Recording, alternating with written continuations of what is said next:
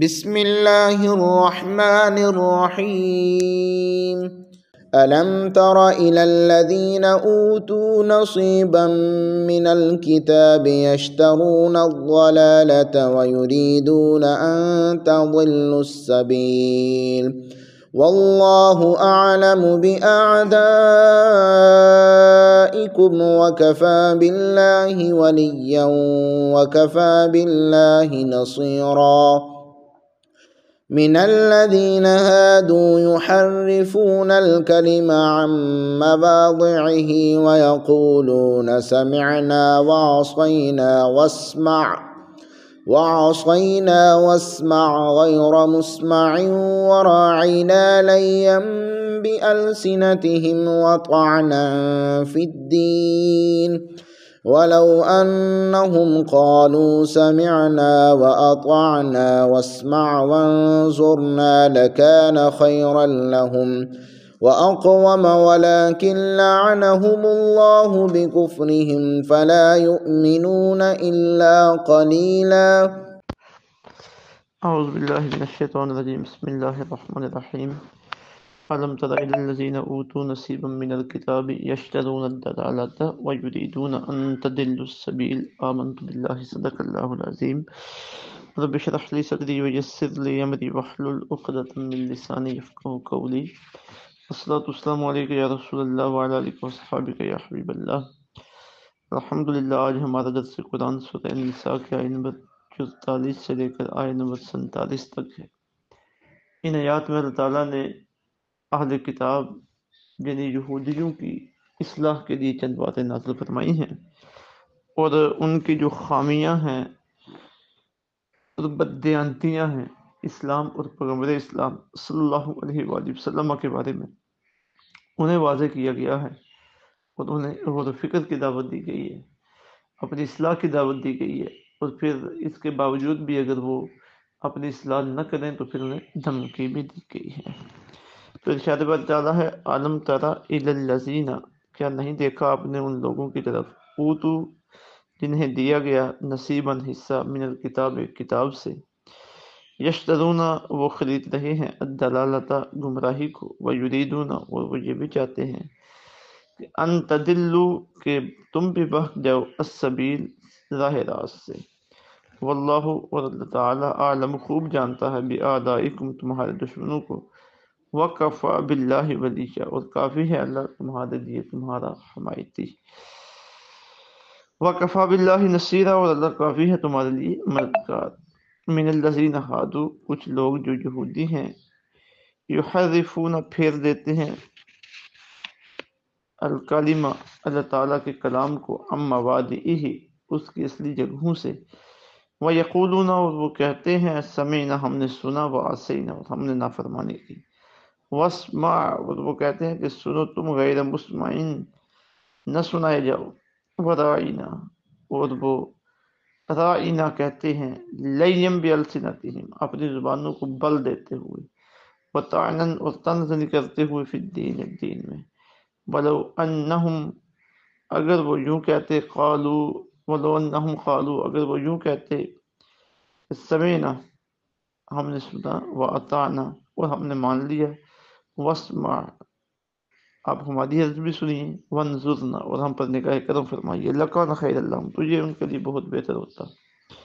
وَأَقْوَمَ اور بہت درست بھی ہوتا، وَلَكِنْ لَعَنَهُمُ اللَّهُ لیکن اللہ نے دور کر دیا انہیں اپنی رحمت سے،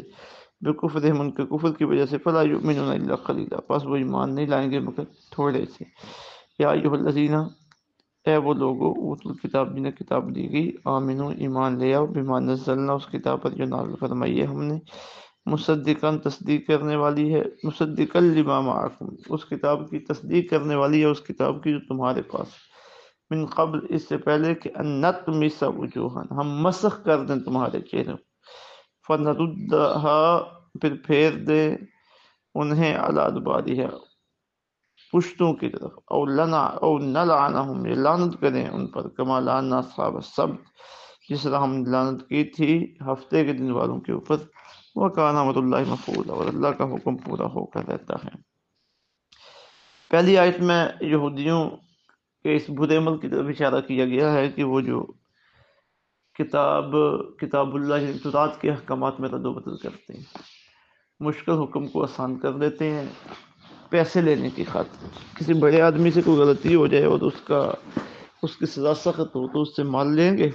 اور سخت سزا کو نرم کرتے ہیں۔ اور دوسری بات کہ حضور رحمت عالم صلی اللہ علیہ وسلم کی تشریف آوری، آپ کی عظمت و شان کے حوالے سے تورات کی چیزیں باتیں انہیں چھپائیں گے یا انہیں بدلنے کی کوشش کریں گے،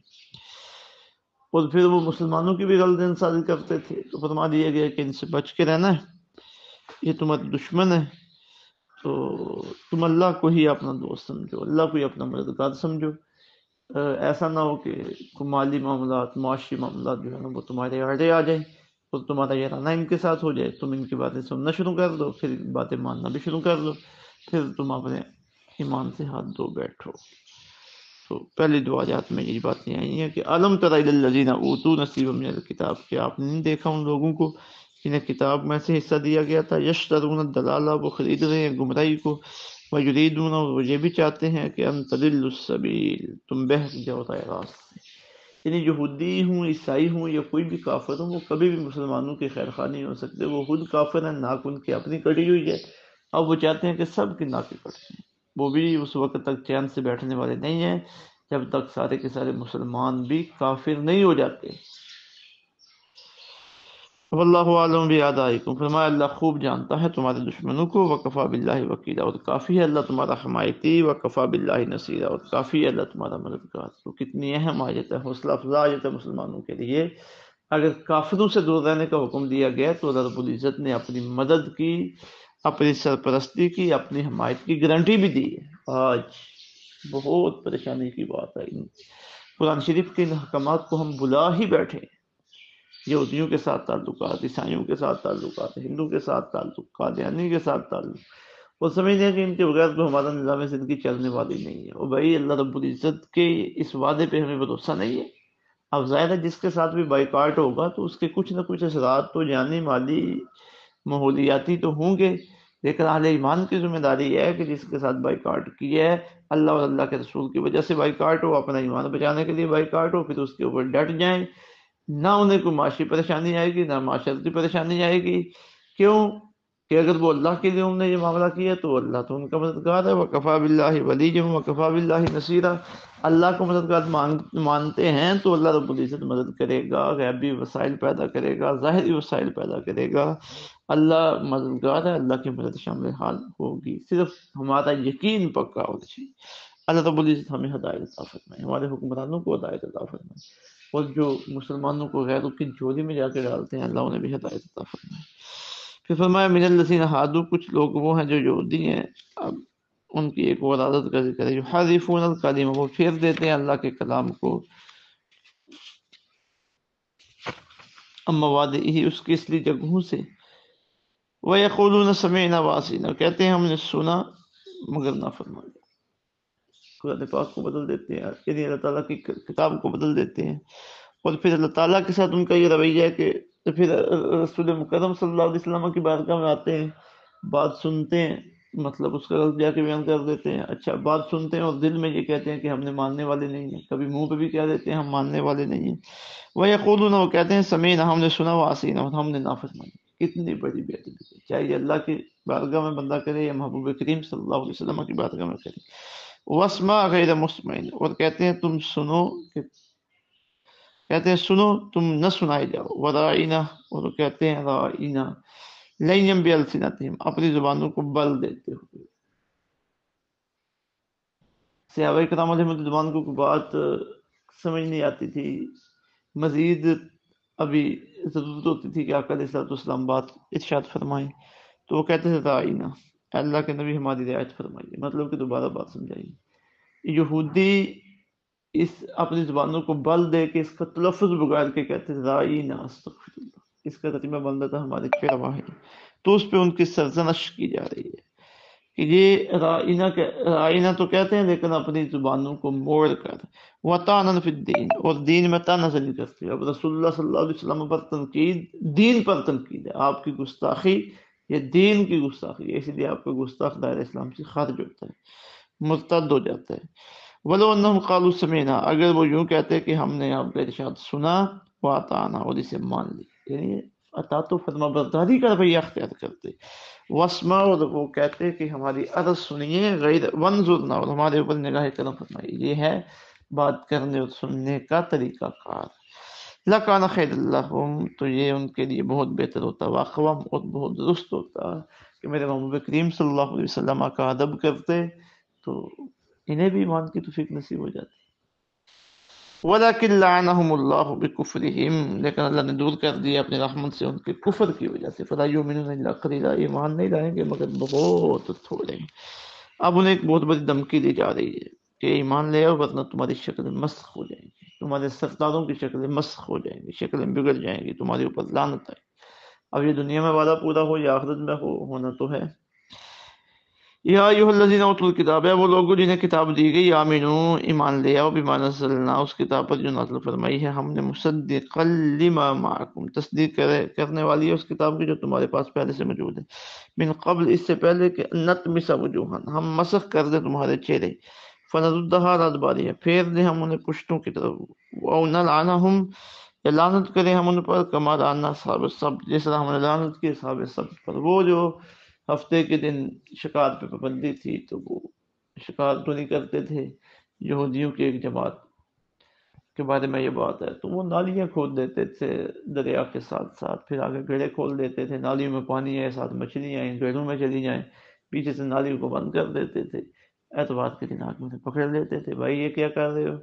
بھائی ہم نے ہفتے کے دن تو شکار نہیں کیا، ہم نے اتوار کے دن تو کیا ہے. تو بھائی انتظامات تو ہفتے کے دن ہی کیے ہیں نا.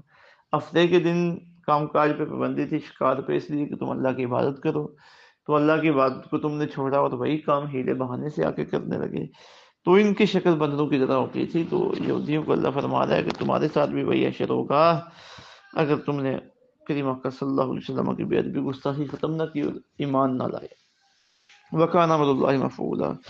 اور اللہ کا حکم ہو کے رہتا ہے. تو یہ جو مسخ کرنے کا معاملہ ہے،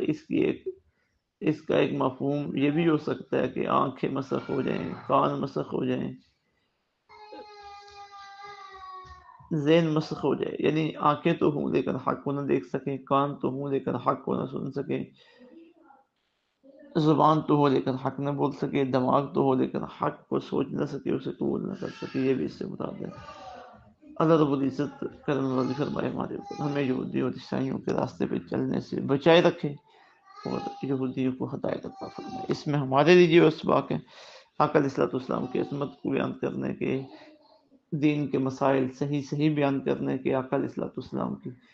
عزت اور احترام کرنے کے، اللہ تعالی ہمیں ان پہ عمل پیرا ہونے کی توفیق عطا فرمائے. وما علینا الا البلاغ المبین.